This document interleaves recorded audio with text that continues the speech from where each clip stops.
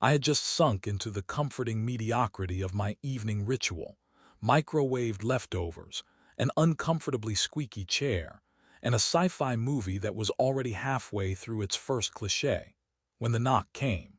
Not the polite, cautious knock of a neighbor borrowing sugar, nor the urgent, thundering knock of a fire alarm disguised as a human, but a knock that somehow carried both gravitas and impatience, as if the universe itself had decided it wanted to speak directly to me.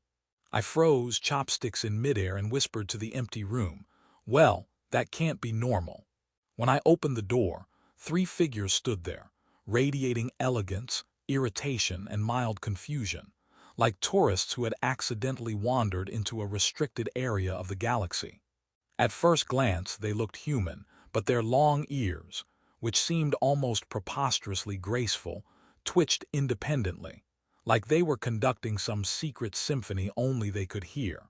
One of them leaned forward and said, "Greetings, Earth Dweller. We are princesses of the planet Elendra."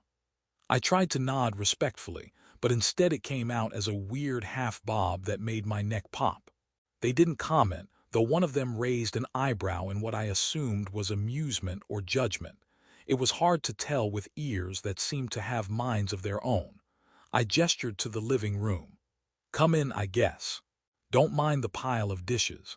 It's a decorative choice." The middle princess tilted her head, and her ears twitched so dramatically that I swore one of them nearly knocked over my lamp.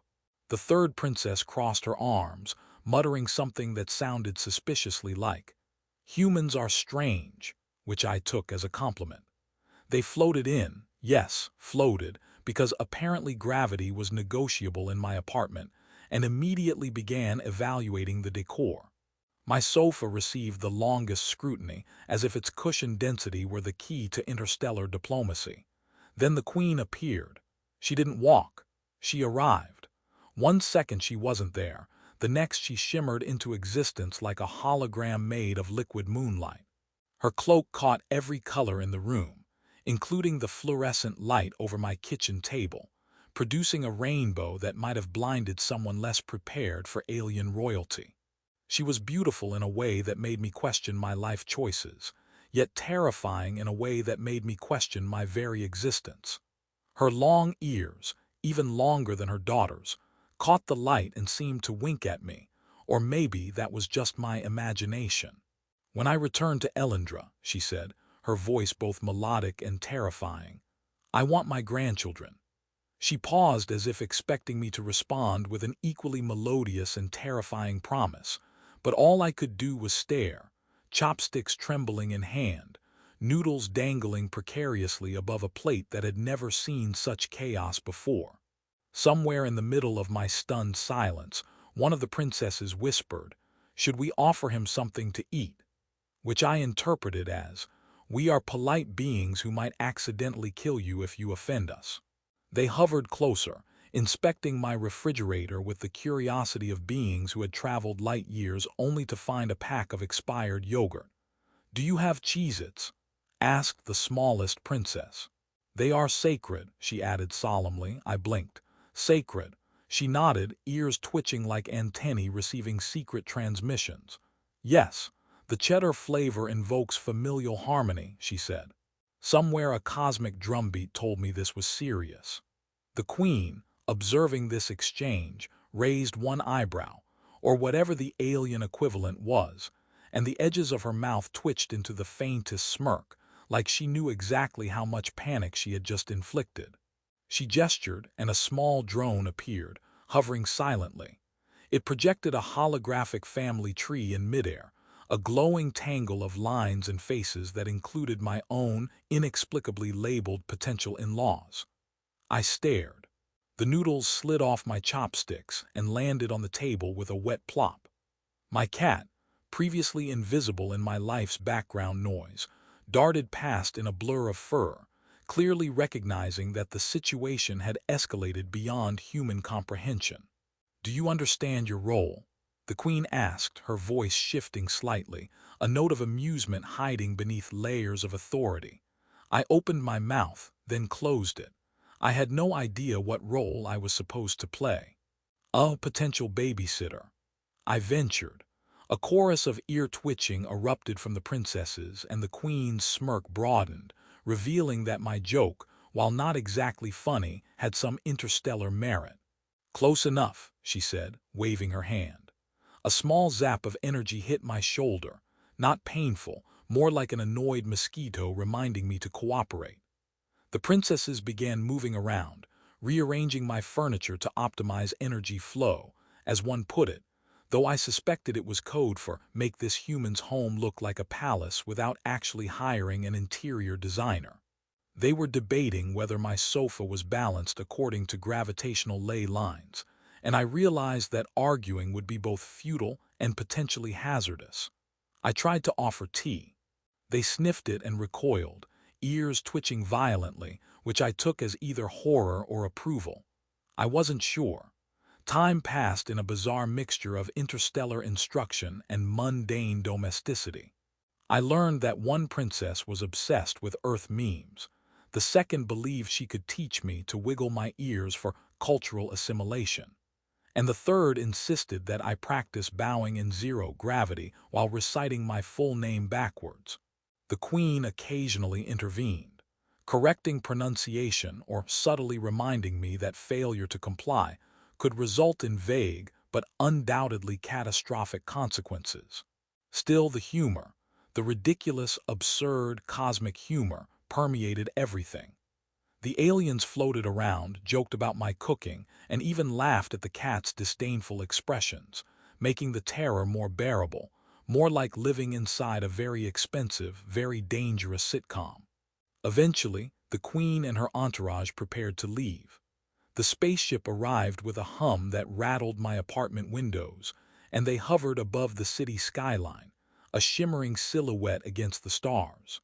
The queen offered one last enigmatic smile, her ears catching the light like polished silver. "Remember," she said, "we will return. And when we do," she paused, letting the weight of that sentence dangle in the night air, "you will be ready." The princesses waved, one doing an exaggerated twirl mid-hover, and I was left standing on the sidewalk, noodles long forgotten, feeling that my life had officially pivoted from ordinary to interstellar absurdity. I didn't know what the future held, but I knew it involved long ears, Cheez-Its, and a cosmic punchline yet to unfold. The morning after their departure, I woke up to a faint buzzing in the air, which at first I assumed was my alarm clock malfunctioning, or perhaps my imagination staging a small rebellion. Instead, it was one of the princess's drones, hovering lazily above my kitchen table, projecting a holographic checklist that blinked insistently. Interstellar etiquette training, zero-gravity etiquette practice, cultural assimilation lecture, Cheez-It appreciation seminar. I blinked at it, muttered something about being on vacation from my own life, and realized there would be no vacation. Not unless I figured out how to hide from floating holographic drones. Breakfast was a minor disaster. I attempted cereal, reasoning that it was Earth's simplest sustenance, and therefore unlikely to trigger intergalactic scandal. I underestimated how seriously alien royalty treated breakfast. The middle princess hovered over my shoulder, ears twitching so violently they practically cleared the table of bowls in their arc. "Milk temperature is suboptimal," she announced solemnly, waving a delicate hand over the cereal. "You will scald it to precisely 47 degrees Celsius next time." I stared at her. "That's very specific." She inclined her head, a faint smirk tugging at her lips, and I realized smirks could apparently be conveyed entirely through subtle ear movements. By mid-morning, the princesses had initiated a series of exercises they insisted were critical for my eventual role as an honorary member of their family, or, in their words, future grandparent liaison. These exercises involved me attempting to wiggle my ears in synchrony with theirs, which produced nothing but a ridiculous flapping sound and the occasional spark of static electricity from my left ear. One princess clutched her stomach in amusement while another shook her head like I had just personally insulted the laws of physics. I asked if this was going to help me in any tangible way, and was told it was essential for interstellar diplomacy, which sounded about as useful as a solar-powered flashlight at night.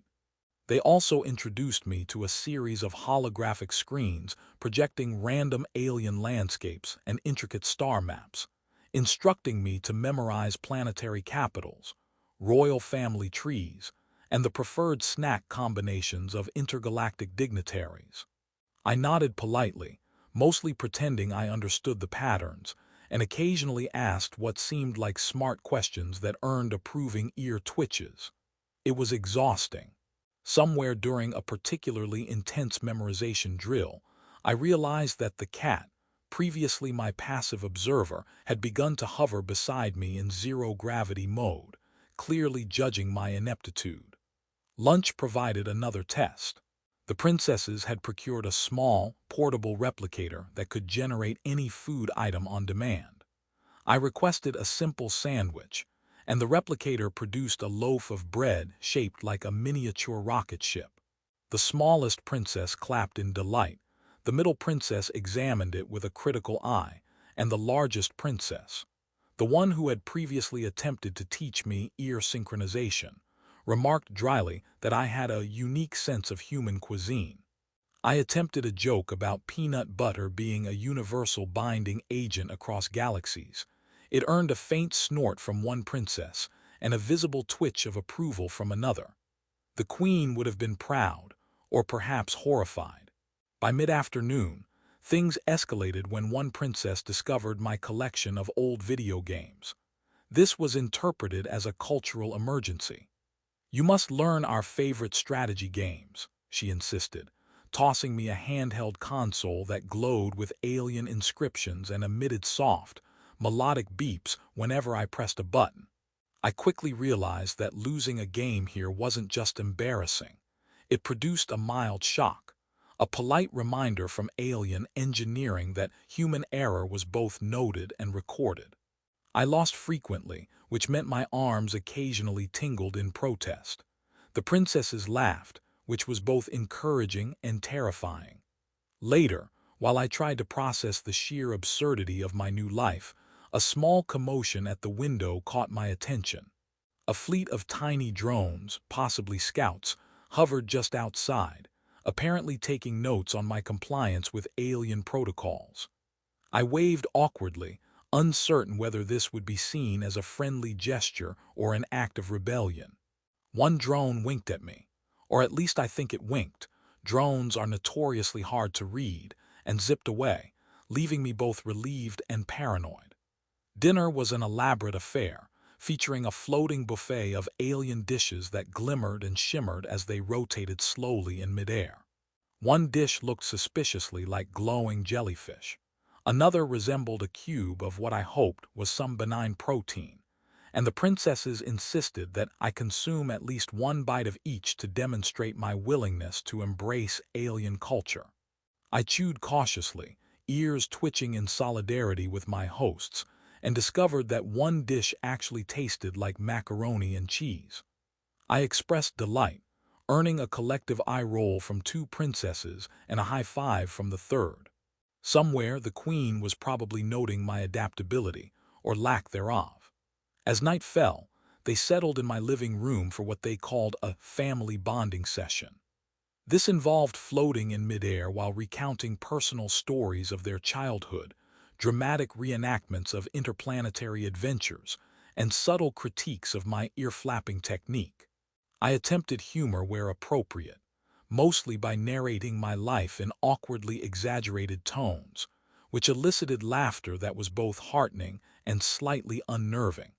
One princess asked me to demonstrate my earth dance moves, which resulted in a chaotic mix of flailing arms and accidental furniture rearrangement. They applauded anyway, partly from encouragement and partly from pity, I suspect. Finally, just before they drifted off to sleep, suspended horizontally in zero gravity like a bizarre mobile, I realized that despite the chaos, the zero-gravity lessons, the ear-wiggling exercises, and the occasional mild electric shocks, a strange sense of camaraderie had formed. The princesses were absurd, yes, but also oddly human in their curiosity, humor, and insistence on making me part of their bizarre interstellar rituals. The Queen, distant but omnipresent in holographic form, had set the stage for what felt like an impossible, absurd, and thrilling new chapter of my life. I sat back, cat perched on my shoulder, and tried not to think about the imminent consequences of alien royalty, future grandchildren, and the very real possibility that I might never eat a simple bowl of cereal again without interstellar scrutiny. As I drifted off to sleep, the floating drones hovered silently around me, projecting soft, twinkling star maps on the walls, and I understood one thing. I was no longer merely a human man living quietly on Earth. I was now a minor player in an intergalactic sitcom, caught between cosmic protocol, royal expectation, and the absurd humor of a universe that clearly had a very strange sense of timing and taste. The morning sun had barely stretched its light across the city when I awoke to an unusual vibration that thrummed through the floor like a cat purring, except far too insistent and threatening to be a cat. The drones were back, larger this time and hovering in precise formation, projecting holographic countdown timers over my kitchen table. Apparently, today was the day. The Queen would return, and with her, the weight of her family's expectations, and the possible requirement that I become an interstellar progenitor. I gulped, grabbed my coffee, and silently promised myself to survive this day without accidentally triggering intergalactic war. The princesses were already awake, floating casually around the apartment, apparently impervious to gravity and entirely at ease in zero-G mode.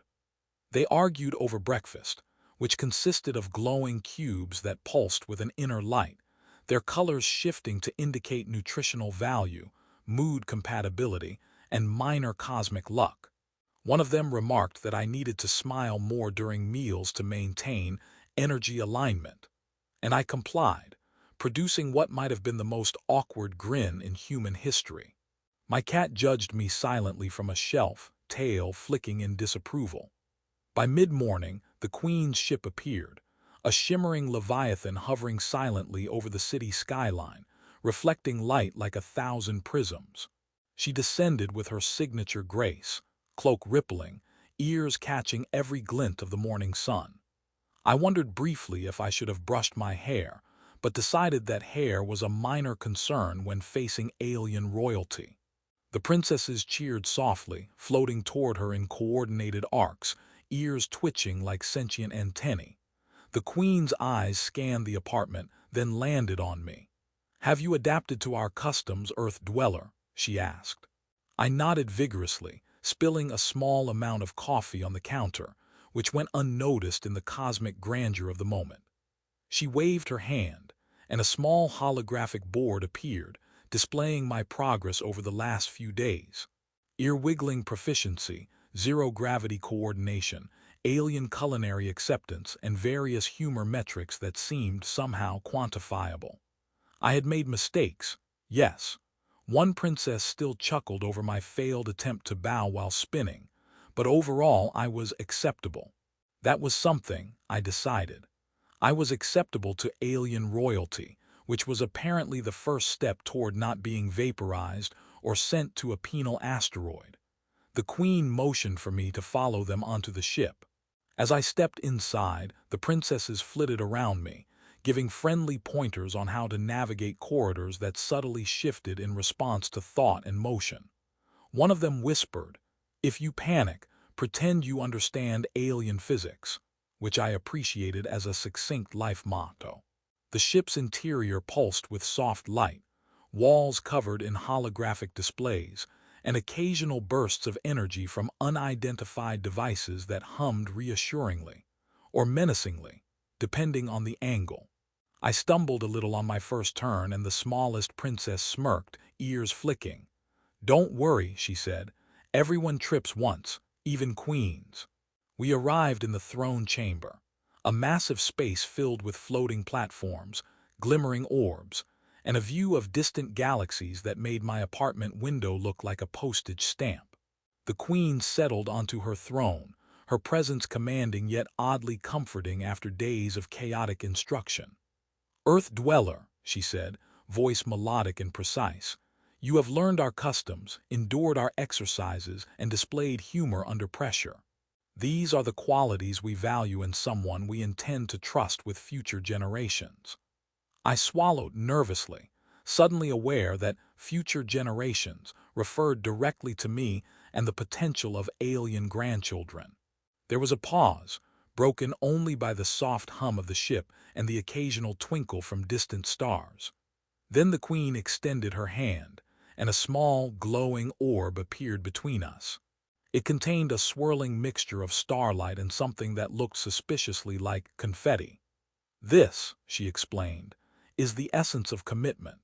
By accepting it, you agree to remain part of our lives, to participate in both mundane and extraordinary experiences, and to respect the humor, chaos, and wisdom of our family." I hesitated, imagined myself in an intergalactic sitcom with alien nieces and nephews, Cheez-Its in hand, and zero-gravity disasters in the background. Then I nodded and reached out. The orb floated into my palm, warm, tingling, and oddly reassuring. The princesses cheered softly, spinning in small arcs of zero-gravity acrobatics, while one hovered near my shoulder and whispered, "See, not so bad." I grinned, realizing that I actually felt a sense of belonging, even in a household that defied every known law of physics and sanity. The Queen leaned forward, her ears twitching in what I interpreted as approval. "You have adapted, Earth Dweller. You have learned humor, patience, and resilience. You are part of us." With that, the tension that had shadowed me for days evaporated, replaced by a strange sense of purpose. The princesses guided me to a small viewing chamber, where holographic images of Earth and Elendra floated side by side. I noticed small, amusing details. A hologram of my cat batting at an alien snack, a miniature starship shaped like a toaster, and a representation of my apartment sofa perfectly balanced according to alien design principles. Humor, absurdity, and connection. These were the threads binding me to a life I had never imagined. The Queen finally addressed the practicalities. "You will remain on Earth, but your presence is required in our family events. You will learn more, laugh more, and occasionally provide comic relief." I nodded, picturing intergalactic holidays, alien birthday parties, and zero-gravity board games. Somehow, it felt thrilling. Life, chaotic as it had been, was now full of purpose, laughter, and cosmic responsibility. I realized that I had grown. Once hesitant, fearful, and passive, I was now adaptable, resilient, and surprisingly competent at alien customs. I could navigate humor and protocol, zero-gravity and holographic cooking, and even ear-wiggling lessons that once seemed impossible. The princesses guided me back to my apartment, floating down corridors that shimmered like liquid starlight. The Queen stayed on her throne, watching, ears twitching, a faint smile playing on her lips. I stepped onto the sidewalk just as the ship ascended, a dazzling display of lights scattering across the city skyline. The princesses waved, one doing an elaborate twirl mid-hover, the other mimicking my awkward grin from days past, and the smallest whispered, "See you tomorrow for Cheez-It meditation." I laughed, realizing that yes, my life would never be ordinary again, but it would be infinitely more interesting. Standing there, noodles long forgotten, coffee cold, cat on my shoulder, I finally understood.